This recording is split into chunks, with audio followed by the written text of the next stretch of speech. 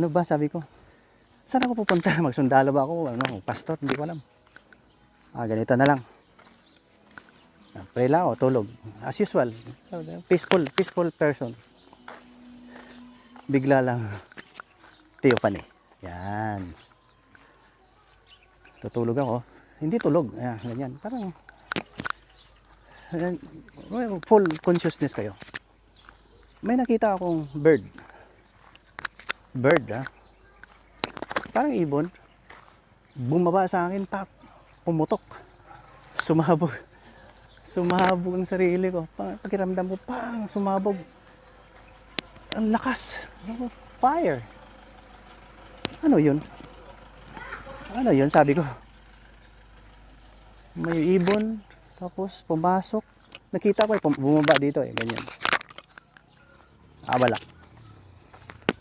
Sabi ko, this is unnatural. Very unnatural. Pinabayaan ko yun ng 50 years. 1975 pa yun Akalain mo, 50 years more? Pinapabayaan ko yun. Hindi ko pinansin. But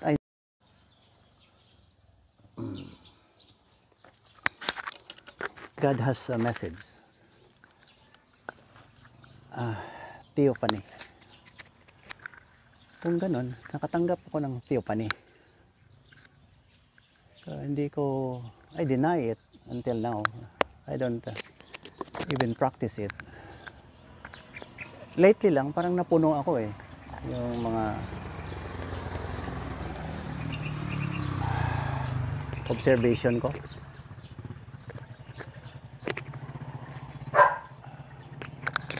Discernment. I hope nandyan pa kayo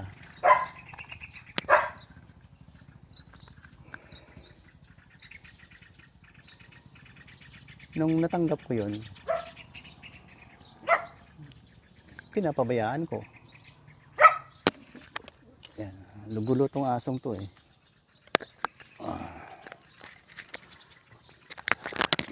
Wala lang. Yung sabi ko, bahala ka na Lord kung anong plano mo sa akin. I will remain faithful.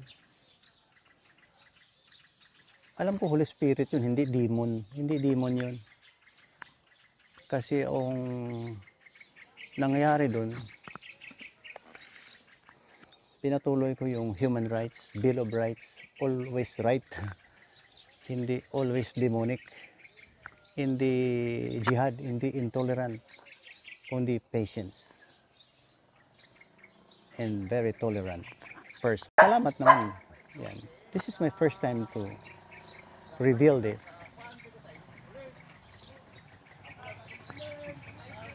Salamat God sa theophany. Hindi ko alam kung anong gagawin ko Kasi ma-misinterpret ka ng tao.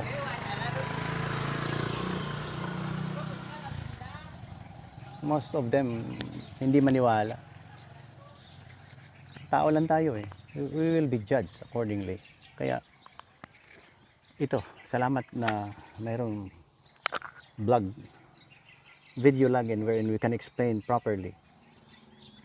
And you can hear me say, di ba? You can hear me telling the story about what happened.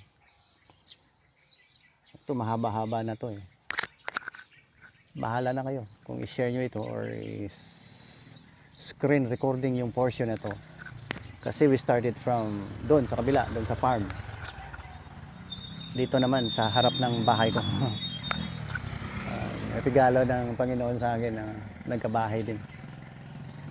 Maliit lang. Pero it's a home full of love, compassion, understanding. See? Ulitin ko salamat Lord God sa theophany. I don't know how to do this, but I think I'm starting it. Last year, this year, na mag-vlog. Last pandemic, nag-vlog ako doon sa mga beaches, mga Rosal Beach. we were able to accomplish good things today. Good morning. Sunday ngayon, simba tayo. Papabot here. God bless. Ayan lang, advice ko, tandaan nyo to. Huwag kayo maniwala sa mga sinasabi ng tao. You just discern. I-discern nyo na lang yung kanyang ginagawa, whether he is true or not. Whether he is or she telling the truth. Ang laro ngayon ay righteousness. Righteousness ng God of Abraham, Isaac, and Jacob. Hindi yung ibang mga siyaw na mga karakter na holy book. Ano yun? Misleading yun. They're trying to project na sila ang tama. Sila ang pinakatama. Sila ang last and final prophet. Hindi. I tell you, sa mga ginagawa nila, Islamic jihad, killing the Jews and Christians, wala yan. Hindi ako maniwala niyan. Discern, ha? Discern. Mula ngayon, follow the social media. I-discern mo yung mga righteous person. Go on with your life. Be a good human person. Exercise Bill of Rights. Yung pinaka-right, hindi wrong.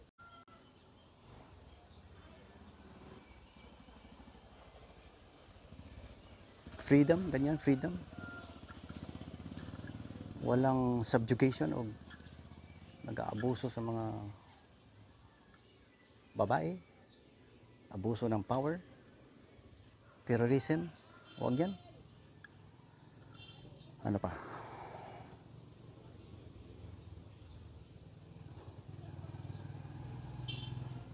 Makipag sabay tayo sa mga righteous na tao. Marami dyan. David Jeremiah. Preacher yun. Reverend Pastor. Chuck Swindoll. Pastor Arnel Tan. Davao Chinese Baptist Church. CFC. Christ Commission Fellowship. Pastor Reverend Peter Tanji at saka mga Alliance pastors, Baptist pastors. Marami, ha? Marami. Learn the Bible and learn how to become a good person. Na nakakapit sa Panginoon, hindi nakakapit sa demonyo, ha? Hindi nakakapit sa armas, sa bomba. Alam mo bakit may gira diyan sa Israelites? Verses ganyan. Puro sila one God. Monotheism, radical Jews yung kalaban niyo. Radical yan. Yung iba dyan, hindi maniwala kay Jesus Christ eh. See? Oh, wag niyong abusuhin sila. Lalaban yan. Patayan. Trust me. Lalaban ng patayan yan. Eh kayo, hindi naman kayo indigenous na tao dyan sa Israel. You just went there, establish your community, and then you claim hindi kayo indigenous. Siyaw-siyaw yung isip nyo eh. Just like Mindanao. Naghari-harian. Stop that. I have the authority to tell you that starting today.